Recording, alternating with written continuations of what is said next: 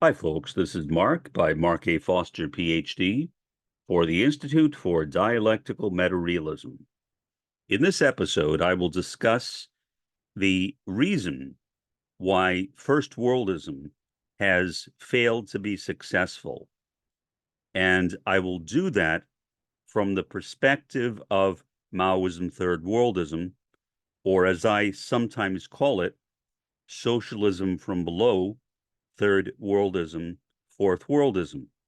And I use that term to emphasize the importance of the fourth world, of indigeneity, of the indigenous world, a part of the world that is often ignored.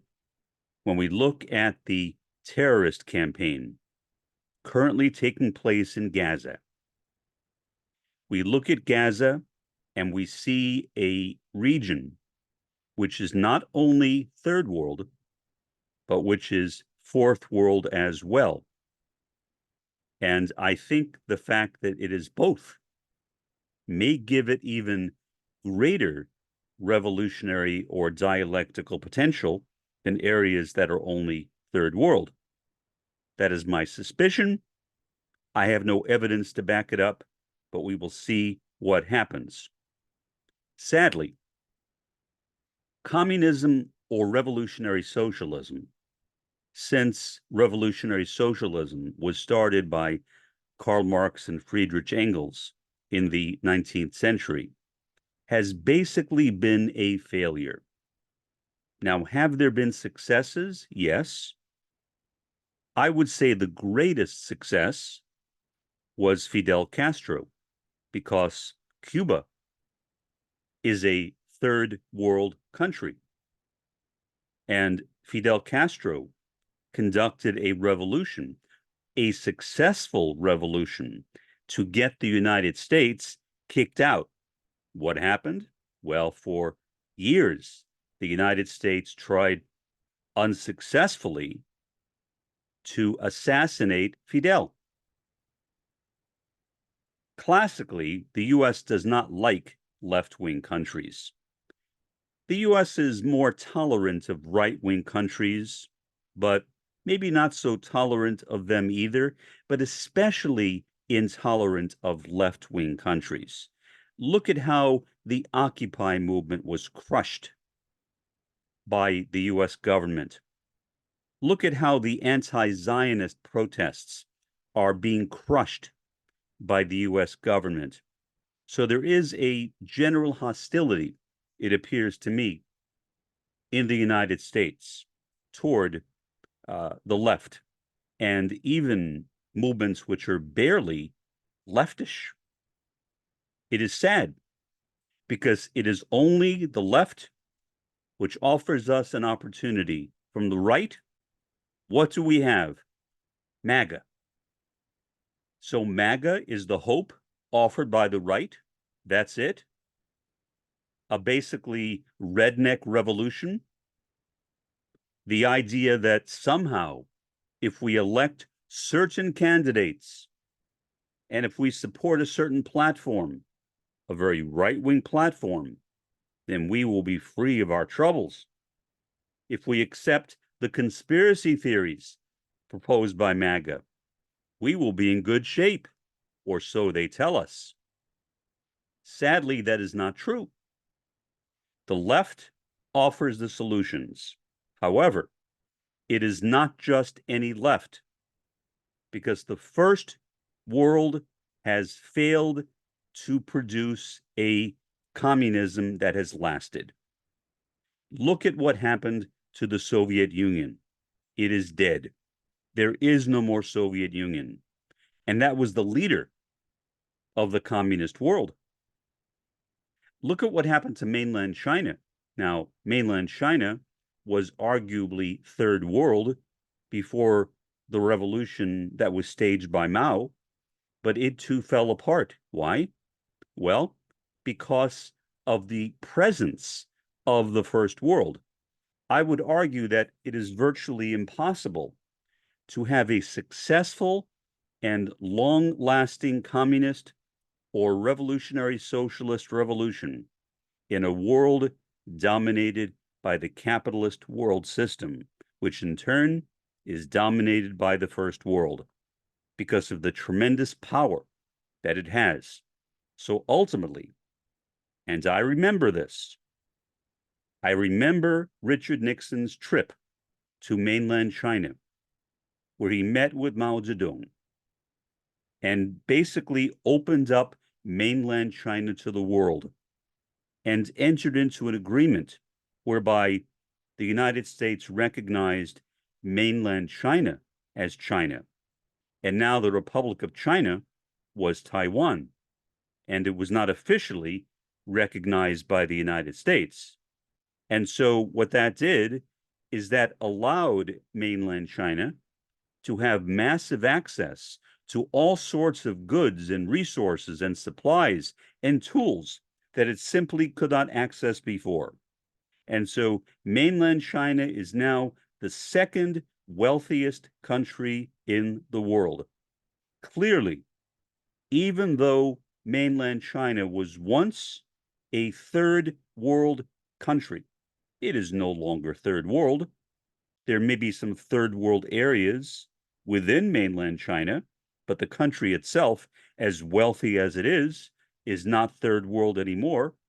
It is a successful, if you can call capitalism successful, it is a successful capitalist nation. And that is largely because Mao made that deal with Richard Nixon. I wish he had not done that.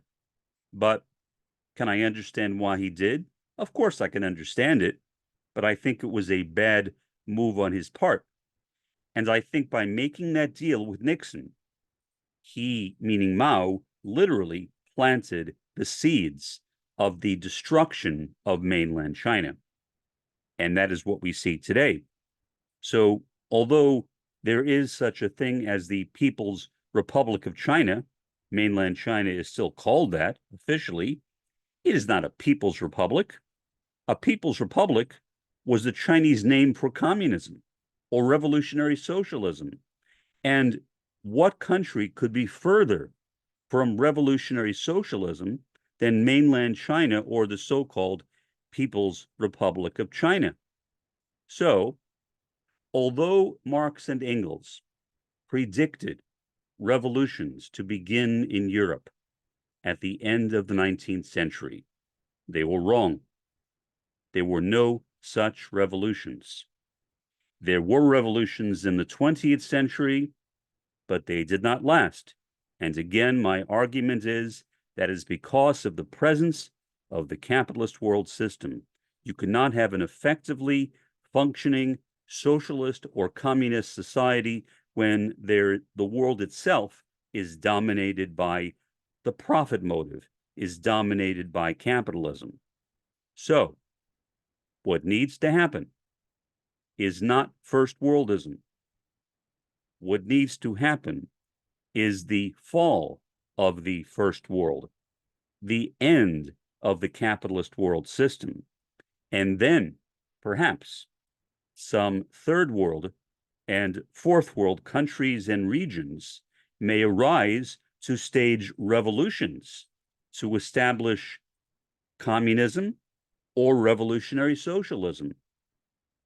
There are no guarantees that that will happen. No guarantees at all. We have no way of knowing what the future lies for us. We may destroy ourselves tomorrow. We may blow ourselves up in a nuclear holocaust. We may destroy ourselves through climate change in 1 or 2 decades.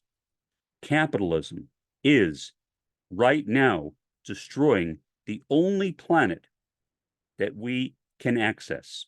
We can't get into a spaceship and fly off someplace else. There are no interdimensional devices that can take us to some other world or some other realm outside of our known universe. That is fantasy. And as Marx said, we should focus on existing world conditions. Focus on reality. Focus on realism, not focus on fantasy or idealism. So I think that we need to wait. Sadly, we need to wait. The capitalist world system is dying right now. The first world is dying along with it. And I think eventually that collapse will be total. Eventually. What eventually means, I have no idea. But the possibility, in my view, for any communist or revolutionary socialist revolutions in the third or fourth worlds before that collapse is, to me, pure imagination. It simply will not happen because any attempt by a country to become communist, to become revolutionary socialist, what will happen? Well, we have seen what has happened. The United States will arise to crush that country. Even countries like Nicaragua, which were not even communist or socialist, but were basically just leftish, were crushed by the US and by US support for the Contras during the Reagan administration. And they had no concern for morality.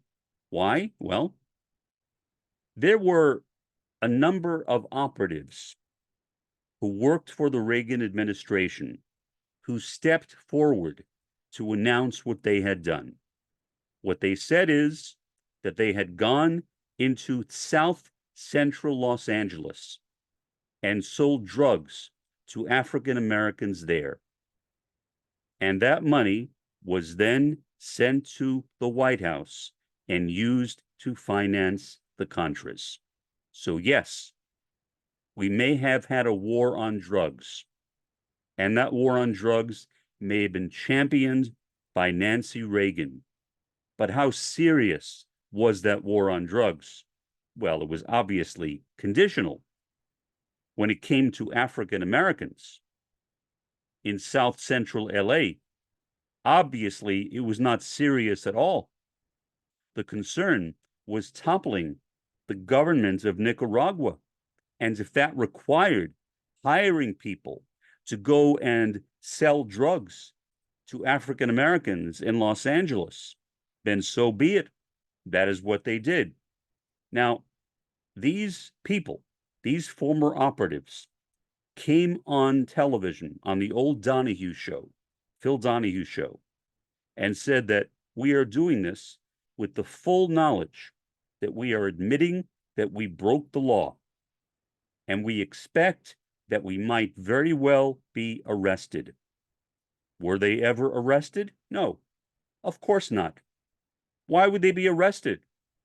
Because they were doing the job that the United States wanted them to do. Nothing ever happened to any of them. I imagine many or most of them are now deceased.